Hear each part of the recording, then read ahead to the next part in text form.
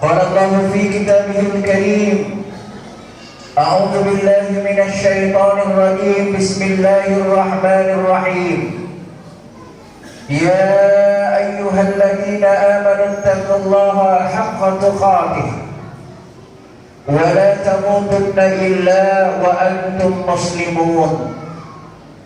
وقال أيضا: إنا أعطيناك الكوثر فصل لربك وانحر إن شانئك هو الأبتر. الله أكبر، الله أكبر، الله أكبر ولله الحمد. فيا أيها الحافظون رحمكم الله، أوصيكم وإياي بتقوى الله فقد فاز المتقون. Sidang jamaah Idul Adha yang dimuliakan oleh Allah Subhanahu wa taala, mengawali khutbah Idul Qurban, Idul Adha yang sangat mulia ini, khatib berwasiat kepada diri pribadi khatib sendiri dan kepada seluruh hadirin untuk senantiasa lagi dan lagi meningkatkan ketakwaan kita kepada Allah Subhanahu wa taala, senantiasa melaksanakan apa-apa yang diperintahkan oleh Allah serta menjauhi apa-apa yang dilarang oleh Allah Subhanahu wa taala. Hadirin sidang jamaah Idul Adha rahimakumullah, di pagi yang sakral dan hikmat ini, seiring dengan gema takbir, tahlil dan tahmid berkumandang di sepanjang malam hingga pagi hari ini, kiranya dapat membuka dan membangkitkan kesadaran kita semua terhadap curahan nikmat dan kasih sayang Allah Subhanahu wa taala. Begitu banyak nikmat yang Allah anugerahkan kepada kita sehingga tidak seorang pun akan mampu untuk menghitungnya.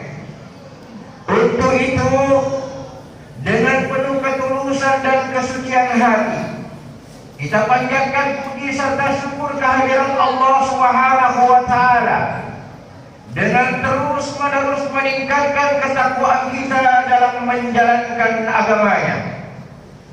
Semoga salawat dan taslim tetap tercurahkan kepada Rasulullah sallallahu alaihi wasallam sebagai teladan hidup yang telah mewariskan kepada kita satu dasar keyakinan dan pandangan hidup yang mutlak akan kebenarannya, yaitu al-Islam sebagai satu-satunya ajaran yang diridhoi oleh Allah Subhanahu wa taala.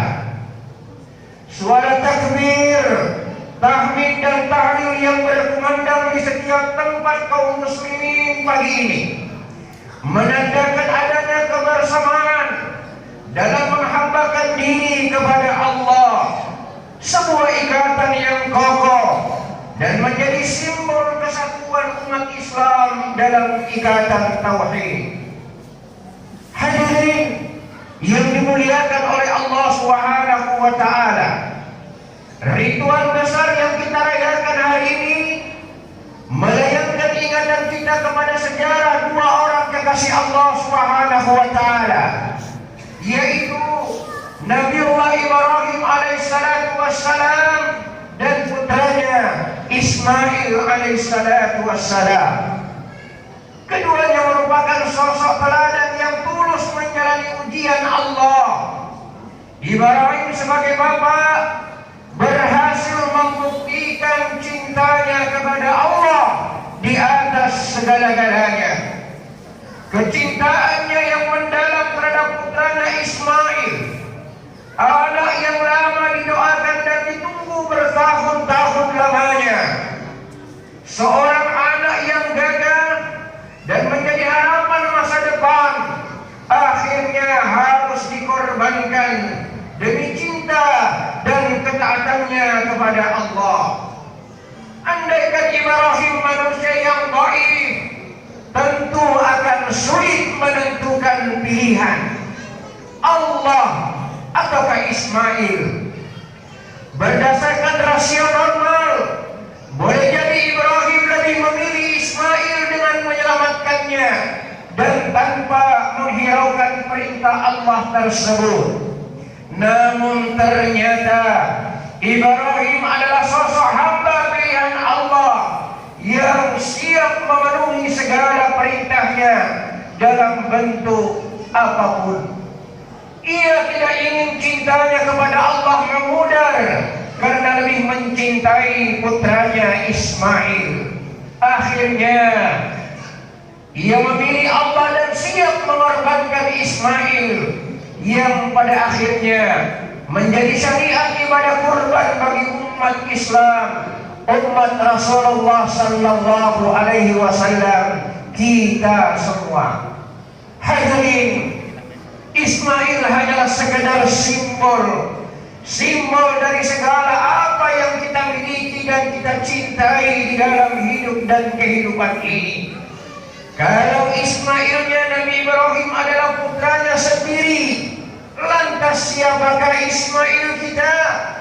Hadirin, Ismail kita boleh jadi diri kita, boleh jadi keluarga kita, anak dan istri kita, harta, pangkat, jabatan, dan lain sebagainya. Yang jelas, seluruh yang kita miliki bisa menjadi Ismail kita, yang karenanya akan diuji dengan itu semua. Kecintaan kepada Ismail itulah yang terkadang membuat iman kita lemah untuk mendengarkan dan melaksanakan perintah Allah. Kecintaan kepada Ismail yang berlebihan akan membuat kita menjadi egois, mementingkan diri sendiri dan serakah, tidak mengenal batas kemanusiaan. Karena itu, dengan melihat keteladanan berkurban yang telah ditunjukkan oleh seorang Ibrahim, apapun Ismail kita, apapun yang kita cintai, apapun yang kita miliki, kurbankanlah manakala Allah menghendaki. Ketika sosok Ismail mendengarkan perintah Allah melalui ayahnya Ibrahim untuk kemudian disembelih, Ismail pun hanya berkata, "Wahai ayah, laksanakan apa yang diperintahkan Allah kepada ayah. Insya Allah, ayah akan mendapati aku termasuk orang yang tabah dan sabar." Hadirin, orang tua mana yang tak terharu dan meneteskan air mata mendengar jawaban seorang anak yang ringan menjalankan perintah Allah? Orang tua mana yang tidak terharu melihat sosok anaknya yang begitu lembut hati dan berperilaku baik? Disinilah pentingnya peran orang tua untuk menanamkan nilai-nilai pendidikan agama, moral, serta keteladanan bagi anak-anaknya semenjak mereka kecil. Jangan menunggu ketika mereka menjadi remaja, apalagi dewasa. Allahu Akbar, Allahu Akbar, Allahu Akbar, walillahil hamd. Hadirin, hari esok yang dihadapi oleh anak-anak kita jauh lebih beresiko dibanding masa kita dahulu. Dulu ketika kita masih kecil, minuman-minuman keras hanya dijual di kota-kota besar. Tapi kini remaja kita hampir setiap malam mabuk dan teler. Dulu kita belum mengenal narkoba, tapi sekarang banyak anak-anak kita yang ketergantungan dengan obat-obat terlarang. Dulu jikalau anak muda-mudi mengenal lawan jenis, selalu menjaga asusila dan pergaulan bebas. Tapi sekarang hadirin, banyak kita saksikan muda-mudi terang-terangan di depan umum yang pada akhirnya berakibat fatal akan masa depannya. Bahkan tak jarang dapat mencoreng nama baik serta kehormatan orang tua dan keluarganya. Hadirin, bagaimanapun hebatnya ibadah dan amalan kita, jikalau anak tidak kita didik, tidak kita ajak, dan tidak kita arahkan dengan agama, maka kelak di akhirat akan menyeret kita selaku orang tua akan masuk ke dalam neraka Allah. Dikatakan hadirin, di saat orang tua hendak masuk ke dalam surganya Allah dengan ibadahnya, tiba-tiba anaknya berteriak di tepi jurang neraka Allah lalu berkata, "Ya Allah, jangan engkau masukkan ayah dan ibuku ke dalam surgamu, karena gara-gara mereka lah yang menyebabkan aku hendak masuk ke dalam neraka-Mu." Maka Allah pun memanggil kedua orang tuanya dan berkata, "Apakah engkau mengenal siapa yang akan berada di tepi jurang neraka-Ku? Mengapa kamu hendak masuk surga sementara anakmu hendak masuk ke dalam neraka-Ku?"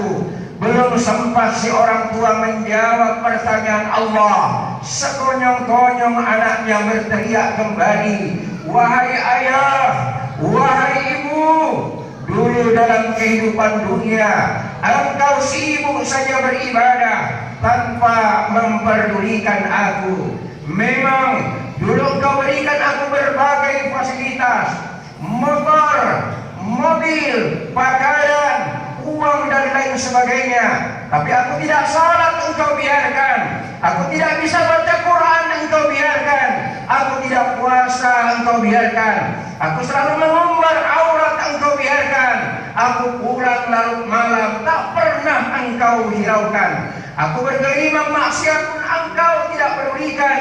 Engkau hanya sibuk saja beribadah, tapi lupa dengan tanggung jawabmu sebagai orang tua. Sekarang wahai ayah, wahai ibu, aku meminta pertanggungjawabanmu. Wahai ayah, wahai ibu, aku tidak rela kalian hendak masuk ke surganya Allah, sementara aku hendak masuk ke dalam nerakanya Allah. Mari kita sama-sama rasakan bagaimana pedihnya azab neraka Allah.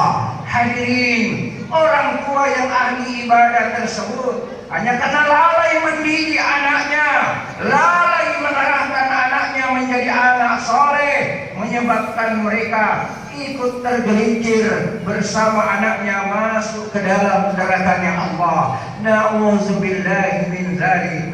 Bukankah Rasulullah sallallahu alaihi wasallam bersabda, "Kullukum ra'in wa kullukum mas'ulun an ra'iyah." Setiap kamu adalah pemimpin dan setiap pemimpin pasti akan diminta pertanggungjawabannya di hadapan Allah. Bahkan di dalam Al-Quran Allah Subhanahu wa Ta'ala mengingatkan kepada kita semua sebagai orang tua. A'udzubillahi minasyaitonir rajim. Ya ayyuhalladzina amanu qu anfusakum wa ahlikum nara. Wahai orang-orang yang beriman, jagalah dirimu dan keluargamu dari api neraka. Quran surah At-Tahrim ayat 6. Apakah kita biarkan fenomena semacam ini? Haruskah kita acuh tak acuh dengan realitas zaman? Tentu saja, selaku orang tua yang bijak, hal-hal semacam ini harus kita cegah. Dimulai dari anak-anak kita masing-masing. Selaku orang tua, kita wajib mengawasi dan membimbing anak-anak kita kepada ajaran Islam yang kita yakini dan anut untuk menggapai masa depan mereka yang lebih cerah. Dengan kepasrahan serta ketulusan Ibrahim dan Ismail yang sangat besar kepada Allah, maka Allah abadikan peristiwa tersebut sampai pada umat-umat setelah beliau, termasuk kita umat Islam. Pengabdian itu dalam bentuk anjuran penyembelihan binatang ternak yang dikenal dengan istilah kurban. Hadirin